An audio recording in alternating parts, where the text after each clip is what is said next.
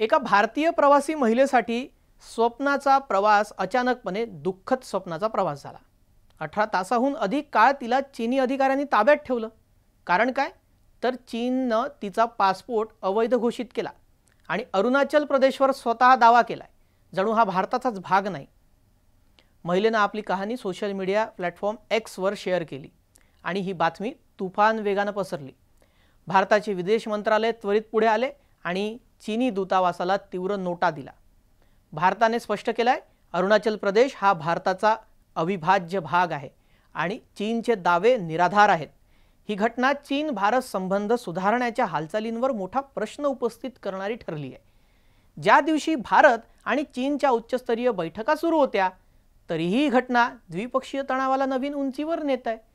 भारताने चीनच्या कृतीवर तीव्र आक्षेप घेतला आणि भविष्यामध्ये अशा प्रकारची वागणूक पुन्हा होऊ नये याची हमी मागितली आहे।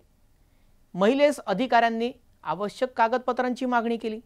तिने व्हिसा आणि पासपोर्ट दाखवला, पण चीनच्या अधिकाऱ्यांनी मागणी नाकारली। मग काय पुढे?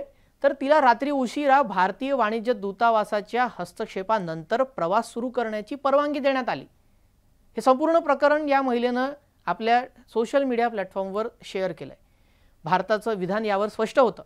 चीनच्या या कृतींनी आंतरराष्ट्रीय नागरी विमान वाहतूक नियमांचं उल्लंघन केलं आहे।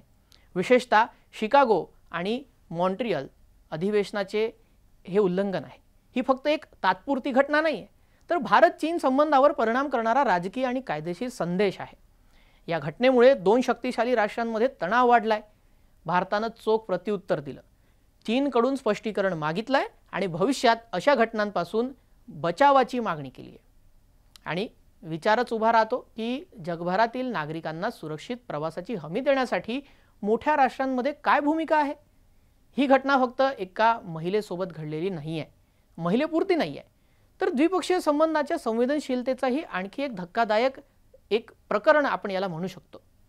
शांघाय विमानतळावरील ही घटना फक्त एक अफवा नाही, ही जागतिक राजकारणाच्या नाजूक ताणाची एक जाणीव सुद्धा आहे। या घटनेबाबत तुम्हाला काय वाटतं हे आम्हाला कमेंटमध्ये नक्की सांगा।